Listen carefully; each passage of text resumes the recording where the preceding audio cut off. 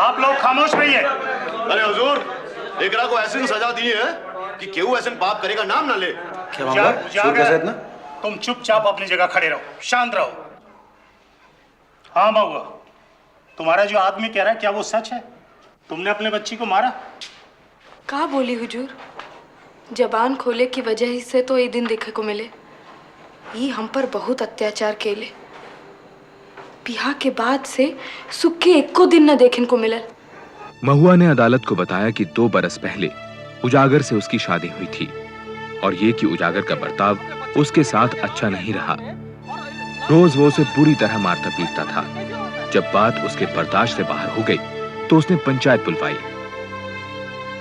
उजागर कहा था कि तोहार बिंदी टिकली करे से फुर्सत ना मिलेला, काम काज में तोहार मन ना लगेला, और तू कहतर कि ई हमरा के बहुत मार मारे। भगवान के कसम, हमरा ननकी के कसम, हम सच बोला था नहीं। पर अब और बर्दाश्त ना हुई। इका के समझा दे, नहीं तो का अंग्रेज बहादुर से हमरा शिकायत कर देवेगा।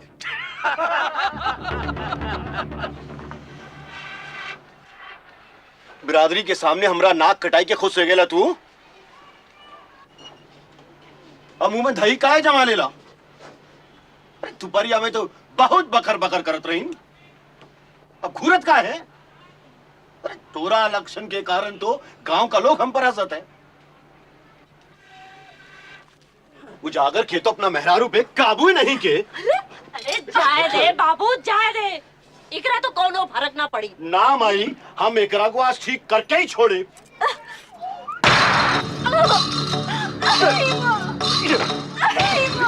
जाए दे, जाए दे, जाए दे, जाए दे, जाए दे। हम तोरा घर एक को पैर ना रही। हम अपना बाबूजी के घर चले जाए। ननकी का छोड़ दे, नहीं तो हमसे बड़ा कौन ना हुई। चौखट से पांव आगे बढ़ाओला तो तोड़ टंगली तोड़ देगा। चुपचाप बैठलवा घर में।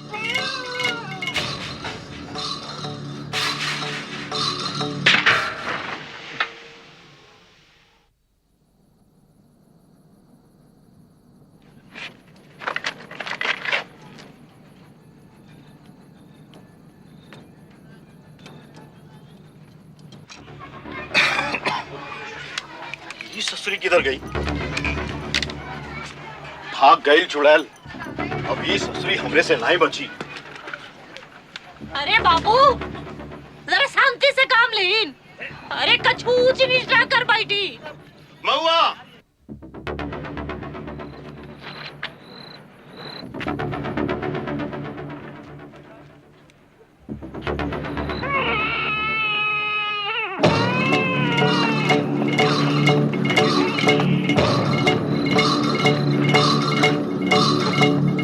जाल में महुआ, रुक जाल में महुआ। अरे पराइगल में का रुक जाल में महुआ। महुआ रुक जावे। पराइगल में रुक जाल महुआ।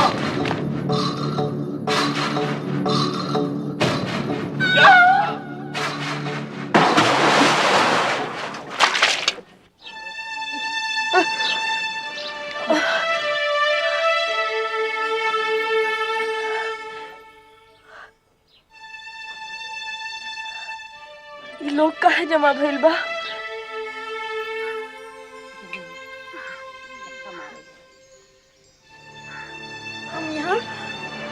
हम यहाँ कैसे आ गए?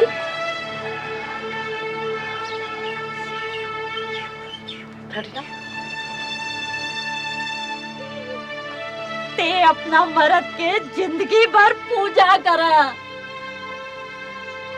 तोरा तो उके मौत के मुंह से बचा ली। नहीं तो कुआं में पड़े सड़त रही। ननकी, हमार ननकी कहाँ बा? ननकी, तू एकरा के हाथ में लगाइए। ते हमार ननकी के।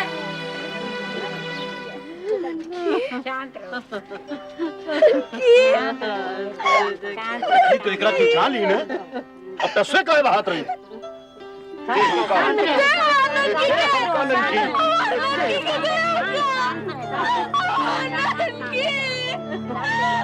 ननकी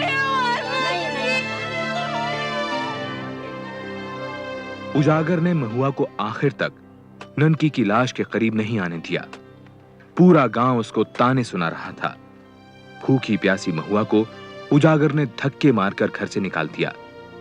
मामला पंचायत के सामने पहुंचा। तोर मरद तोरा पीछे दौड़त रहे, तोरा के बचावे खातिर तो रुकले काहे ना? बचावे खातिर ना, हमरा के मारत खातिर दौड़त रहा। का बोलत? तोरा के मारे खातिर दौड़त रहे तो तोहे के कुएं में कूद के बचाहत काहे? राम प्यारी ते चुप रह, ओकरा के बोले दे। जब हमरा पीछे ही दौड़लन तो हम बहुत डरा गई नी, हम घबरा गई नी कि का करी का ना करी। हमरा समझ में कुछ नहीं आयल। सामने कुआं देखे उमा जाकर कूद गई नी। ननकी को लेके हम कूद गई नी।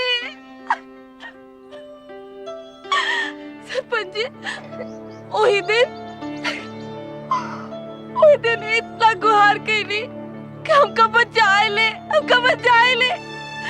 पंचायत में क्यों ना सुने? अब देखी का होए, हमरा लड़कियों से छीन गए।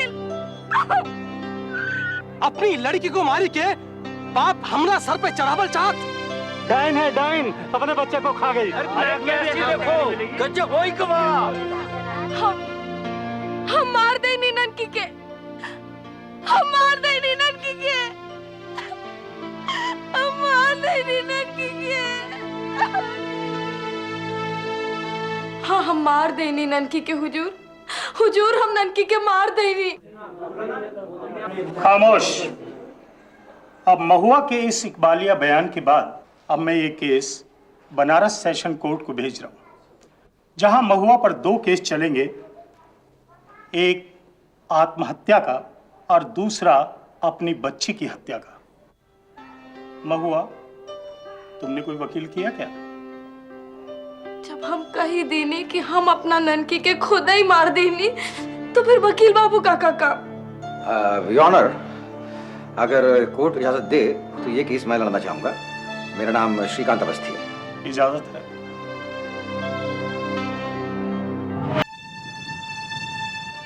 गांव के रूढ़िवादी माहौल में महुआ ने पंचायत बुलाने की हिम्मत की, अपने पति के अत्याचारों के खिलाफ आवाज उठाई। शायद यही बात मार्क्सवादी विचारों वाले श्रीकांत अवस्थी को भा गई और वो महुआ को इंसाफ दिलाने में जुट गया। महुआ जमानत पर छोड़ दी गई। बनारस में केस की सुनवाई के लिए आए उजागर ने महुआ को अपने साथ रखने से इनकार कर दिया। श्रीकांत ने अपने घर में महुआ को रहने की जगह दी। अब श्रीकांत के लिए सबसे जरूरी था कि किसी तरह से महुआ की खोई हुई हिम्मत लौट आए। क्यों इस तरह से अपनी जिंदगी से खिलवाड़ कर रही हो महुआ? खिलवाड़ तो हमारे संगे ऊपर वाला करत तारे। बिरादरी भाग्य सब हमारा साथ छोड़ दिया। अरे बिरादरी भाग गया भाड़ में, तुम खुद क्यों अपना साथ छोड़ने के लिए आमादा हो सब? महुआ, तुमने आत्महत्या करने के इरादे से कुएं में छलांग नहीं लगाई। नहीं, हम मरद खातिर ही कूद रही। हमें ननकी का जान नहीं। अरे वहां पर खूब अंधेरा था, तुम भागी जा रही थी। तुम्हारा पति उजागर तुम्हारे पीछे धमकियां देते हुए भाग रहा था। अचानक सामने कुआं आ गया, तुम्हारा पैर फिसल गया, तुम एक बच्ची को गोद में लेकर नीचे गिर पड़ी। तुमने अपनी बच्ची की जान नहीं ली। हमारे तो कुछ समझ में नहीं आते। सच क्या है? सच क्या है कि तुमने अपने बच्चे की जान ली? ना हुजूर, ये सब झूठ बा। हम कुआं में कूदल ना रही। अंधेरा में हमार पैर फिसल गए और ननकी के साथ हम कुआं में गिर गई नहीं। एक बार फिर ठीक से सोच लो, ठीक से सोच लो कि तुम कुएं में कूदी थी या गिरी थी। Objection your honour. Choubey ji मेरी अनपढ़ मुवक्किल से बार बार वही सवाल पूछ के इसे बहकाने की कोशिश कर रहे हैं। योर ऑनर, मैं नहीं बल्कि बार बार अपना बयान बदलकर ये औरत कोर्ट को बहकाने की कोशिश कर रही है। ये रहा इसका वो बयान जो उसने मजिस्ट्रेट के सामने दिया था। इसमें इसने साफ साफ बयान किया है कि अपनी बच्ची को लेकर के ये कुएं में कूदी थी। गांव की पंचायत के सामने भी इसने यही कबूला। जाहिर है इस पर भारी दबाव डालकर इससे बयान बदलवाया गया है। योर ऑनर, यह भी तो हो सकता है कि वो पहले वाला बयान महुआ पर दबाव डालकर बुलवाया गया हो। एक तरफ बनारस सेशन जज की अदालत में महुआ पर धारा 302 के तहत हत्या के मामले की सुनवाई चल रही थी, तो दूसरी तरफ 5 सदस्यों वाली जूरी के सामने उस पर धारा 309 के तहत आत्महत्या का मुकदमा चल रहा था। महुआ की ग्राम पंचायत का सरपंच भी इस जूरी का सदस्य था। 5 में से 3 ब्रिटिश सदस्यों वाली इस जूरी का फैसला अपने हक में करवाने के लिए श्रीकांत अवस्थी और ईश्वरी प्रसाद चौबे दोनों जी जान से जुटे हुए थे। वो महज इसलिए कि वो घर से निकली ही इस इरादे के साथ थी कि पहले अपनी 6 महीने की बच्ची की जान लेगी और उसके बाद आत्महत्या करेगी। जूरी के मेंबरान इस बात पर गौर करें। जूरी के मेंबरान इस बात पर गौर करें कि अगर महुआ का इरादा आत्महत्या करने का ही होता तो वो कुएं में गिरने के बाद मदद के लिए आवाज नहीं लगाती और ना ही अपने पति उजागर को उस बात का मौका देती कि वो उस कुएं से निकालकर बाहर ले आए। लेकिन योर ऑनर, हम यहाँ पे इस बात पर बहस नहीं कर रहे हैं कि कुएं में गिरने के बाद क्या हुआ। हम यहाँ बहस कर रहे हैं सेक्शन 309 के अंतर्गत आत्महत्या की कोशिश पर। सेक्शन 309 में यह बिल्कुल साफ लिखा हुआ है कि आत्महत्या का फैसला जब तक पूरे होशोवास में नहीं लिया जाए तब तक उसे आत्महत्या नहीं माना जा सकता। और महुआ जब कुएं में गिरी तो ये कोई सोच समझने के बाद में आत्महत्या करने का फैसला नहीं था, बल्कि अपने पति उजागर के खौफ से बचने के लिए एक बदहवास सी कोशिश थी, क्योंकि उसे डर था कि उसका पति उजागर उसे मार डालेगा। और अब मैं आपकी इजाजत चाहता हूं कि मैं उजागर को कटघरे में पेश कर सकूं।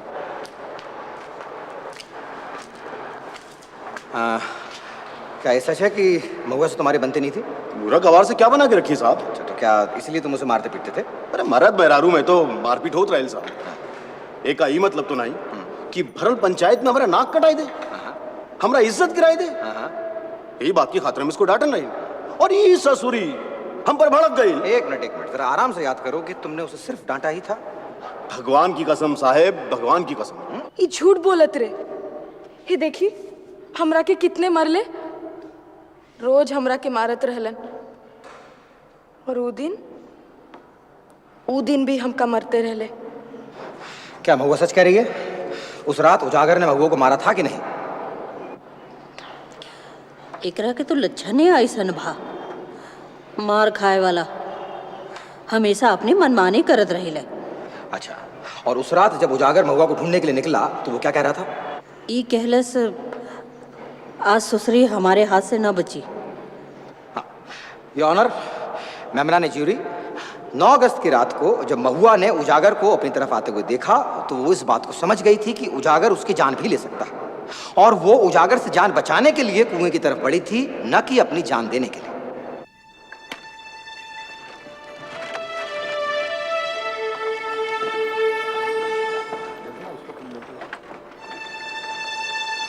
का जाता नहीं, ये रास्ता तो रेलवे स्टेशन की ओर जाता नहीं। चौबे जी, ये ससुरी भागती है। अब अपना केस बिगड़ जाए चौबे जी। अरे भागते कहाँ हो? कहाँ भाग के जा रहे हो? और वो भाग कर आखिर जाएगी कहाँ? इससे तो उनका केस बिगड़ेगा। चौबे जी, हम ओकरा वकील बाबू को नहीं छोड़े। अरे अरे उजागर, ए उजागर, उजागर! ये क्या होता भाई? जब केस हारन लगल हा तो भगवा को भगा दी। जब तो अगर तोरा बेटी मरल रहे ता तोरा के पता चले। क्या बकवास कर रहे हो? ये कोई टाइम है आने का? वाह जी वाह, महुआ को तो भगा दे और हमका कहते रहे कि टाइम है आने का। क्या किसने भगा दिया महुआ को? महुआ, महुआ काहे नौटंकी करत रहे? रहू तो स्टेशन की ओर जात रहे और तू हमका नौटंकी कर रहा।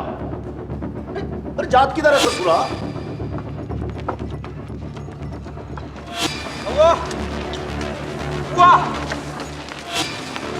रुको, रोको, मैं कह रहा हूं।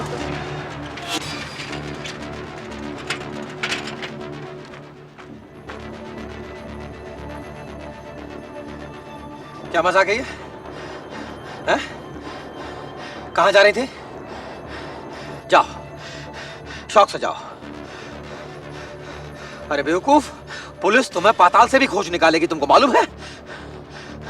और उसके बाद अदालत में मेरी बात सुनने वाला कोई नहीं होगा और फिर सड़ती रहना जिंदगी भर जेल की कोठरी में। जाओ, अब रुक क्यों गए? जाओ। आप समझत नहीं की वकील साहब, हमरा तो फांसी होइबे करी। सब समझत हम अपना ननकी के मरले बानी। सब जज बालिस्तर जी हमरा पे फैसला देवे। योर ऑनर, पीनल कोड के सेक्शन 299 के मुताबिक बिना इरादे से किया गया कत्ल नहीं माना जाता और अब तक साबित हो चुका है, साफ हो चुका है कि महुआ अपने होशोवास खो बैठी थी और ऐसे में वो अपने बच्चे की हत्या का इरादा तो क्या, उसके बारे में सोच भी नहीं सकती थी। मेरा सबमिशन ये है योर ऑनर कि महुआ ने ये रास्ता जानबूझकर अपनाया। जानबूझकर नहीं ऑनर, बल्कि घबरा कर। उजागर सिंह से बचने का कोई और रास्ता न पाकर महुआ ने ये कदम अपनाया। योर ऑनर, ये एक गैर इरादतन हत्या का मामला है, ना कि सोच समझकर की गई हत्या का। This is a culpable homicide not amounting to murder. हमरा सब लोग के मालूम बा कि ई अपनी बेटी के मरले बिया, ता हमनी के फैसला भी ई ओखे चाहिए। अगली सुबह जूरी को फैसला सुनाना था कि महुआ आत्महत्या के मामले में कसूरवार है या नहीं। जूरी का फैसला बहुत मायने रखता था। अगर जूरी कहती कि महुआ कसूरवार है तो सीधे मान लिया जाता कि वही अपनी बच्ची की मौत का कारण बनी। लेकिन अगर जूरी का फैसला होता कि महुआ अचानक गलती से कुएं में फिसल गई तो ये बात साफ हो जाती कि उसकी बच्ची की मौत महज एक हादसा थी। It was the desperate attempt of an ill-treated mother to save herself and her baby. It was clearly an accident.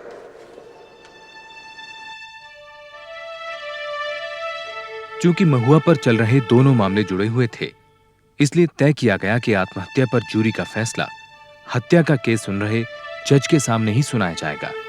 Has the jury reached a verdict? We have, Your Honor. In the case of the Emperor versus Mahua, we find the accused not guilty of attempted suicide. She is to be acquitted. The jury's verdict is baseless and should be set aside. जज ने कहा कि jury का फैसला बेबुनियाद है, इसलिए उस पर ध्यान न दिया जाए। जज का मानना था कि महुआ आत्महत्या की कोशिश के मामले में दोषी है, इसलिए अपनी बच्ची की मौत की भी वही जिम्मेदार है। फिर जज ने यह केस इस सिफारिश के साथ इलाहाबाद हाईकोर्ट भेज दिया कि मुल्जिम महुआ को धारा 309 और 302 के तहत कड़ी से कड़ी सजा सुनाई जाए। Section 309 and 302. 14 अक्टूबर 1939 को महुआ को न्यायिक हिरासत में ले लिया गया। बाद में उसे इलाहाबाद जेल भेज दिया गया। उजागर और उसकी मां इस तसल्ली के साथ गांव लौट आए कि अब महुआ को सजा से छुटकारा नहीं मिलेगा। वो दिन आप हमरा के जाए ना देनी, देखो अब हम फांसी पर चढ़ब। लेकिन वकील साहब, अब हमरा जियल चाहते नहीं, अब हमरा मरला से डर लागत है। अगले 7 महीनों तक हाई कोर्ट में महुआ केस पर बहस चलती रही। श्रीकांत अवस्थी इस केस से इतना जुड़ गया था कि वो बनारस छोड़कर इलाहाबाद आ गया। इस दौरान श्रीकांत ने महुआ से बार-बार इस हादसे पर बात की। उसे तलाश थी एक ऐसे मुद्दे की जो अदालत में उसकी दलीलों को मजबूत बना सके। और एक दिन जब महुआ ने उसे ननकी के जन्म से जुड़ी दाई की चेतावनी के बारे में बताया तो श्रीकांत को मानो वही सुराग मिल गया जिसकी उसे तलाश थी। राम प्यारे, कुछ भारी गड़बड़ लागत है। बचुआ का जन्म हुई तो ये महुआ न बच भी, इकरा को तो अभू गिरा दो। ना, हम ऐसा ना करे दे, हमरा के बच्चा चाहिए। अरे कुछ हो जाए तो हम देख ले। महुआ के इलाज के खातिर हम इसके तहसील तक ले जाए।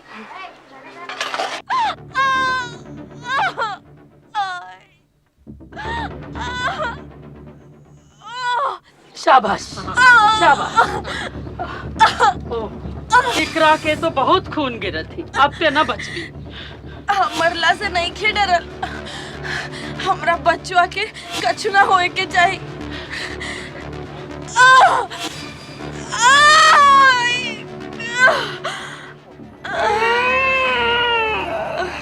उजागर, तोहा लड़की बैल बा, बाहर जा, लड़की का मुंह देख ला तो तोहरा दिन दशा खराब हो जाए। और अपनी बच्ची का रोना सुनकर महुआ उस एक पल में फिर से जीने के लिए बेताब हो उठी। मौत से जूझने लगी, क्योंकि वो जानती थी कि उसके न रहने पर उसकी ये बच्ची, उसके पति उजागर और उसकी सास रामप्यारी की आंख में हमेशा किरकी बनी रहेगी, क्योंकि वो लोग लड़का चाहते थे, लड़की नहीं।